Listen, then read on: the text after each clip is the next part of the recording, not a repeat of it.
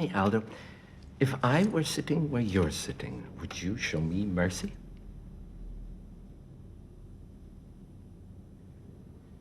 Nope. What is that English expression about shoes and feet? Looks like the shoe's on the other foot. Ja, just thinking that. Sie können wegtreten. Bleiben Sie am Posten draußen.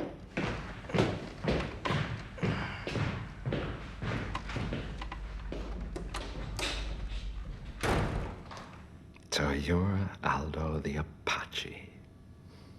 So you're the Jew hunter. I'm a detective. A damn good detective. Finding people is my specialty, so naturally I worked for the Nazis finding people, and yes, some of them were Jews, but Jew hunter? Just a name that stuck. Well, you do have to admit, it is catchy.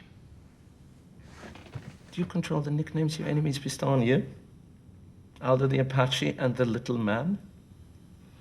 What do you mean, the little man? German's nickname for you.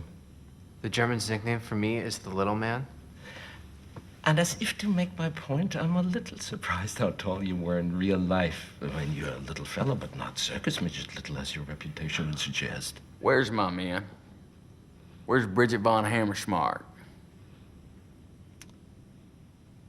Well, let's just say she got what she deserved. And when you purchase friends like Bridget von Hammersmark, you get what you pay for. Now, as far as your paisanos, Sergeant Donowitz and Private Omar... How you know our names? Lieutenant Aldo. If you don't think I wouldn't interrogate every single one of your swastika-marked survivors... We simply aren't operating on the level of mutual respect, I assume. No, I guess not. Well, back to the whereabouts of your two Italian saboteurs. As of this moment, both Omar and Donowitz should be sitting in the very seats we left them in. 0023 and 0024, if my memory serves. Explosives still around their ankle, still ready to explode, and your mission, some would call it terrorist plot, as of this moment, is still a go. That's a pretty exciting story. What's next? Lies on ice? However,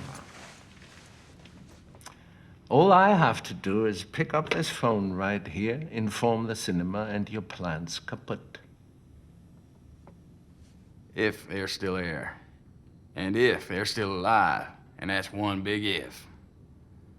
There ain't no way you gonna take them boys out setting off them bombs. I have no doubt.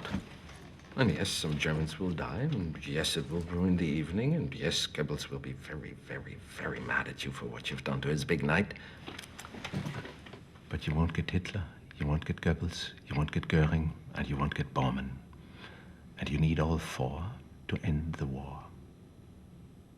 But if I don't pick up this phone right here, you may very well get all four.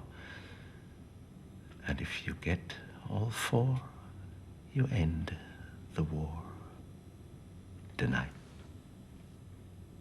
So, gentlemen, let's discuss the prospect of ending the war tonight. So the way I see it, since Hitler's death or possible rescue rests solely on my reaction, if I do nothing, it's as if I'm causing his death even more than yourselves. Wouldn't you agree? I guess so. How about you, Yutovich? I guess so, too.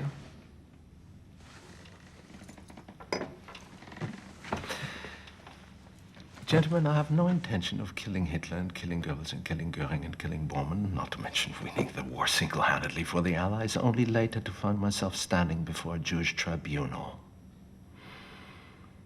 If you want to win the war tonight, we have to make a deal. What kind of deal? The kind you wouldn't have the authority to make. However, I'm sure this mission of yours has a commanding officer. A general. I'm betting for OSS would be my guess. Ooh, that's a bingo. Is that the way you say it? That's a bingo. You just say bingo. Bingo! How fun! But I digress. Where were we? Yeah, make a deal. Over there is a very capable two-way radio, and sitting behind it is a more than capable radio operator named Hammer. Get me someone on the other end of that radio with the power of the pen to authorize my, let's call it, the terms of my conditional surrender, if that tastes better going down. You know where I'm from? Yeah, where is that exactly? Maynardville, Tennessee. I've done my share of bootlegging. Up there, if you engage in what the federal government calls illegal activity, but what we call just a man trying to make a living for his family selling a little moonshine liquor, it behooves oneself to keep his wits. Long story short, we hear a story too good to be true. It ain't. Sitting in your chair would probably say the same thing. And 999.999 times out of a million, you would be correct. But in the pages of history, every once in a while, fate reaches out and extends its hand.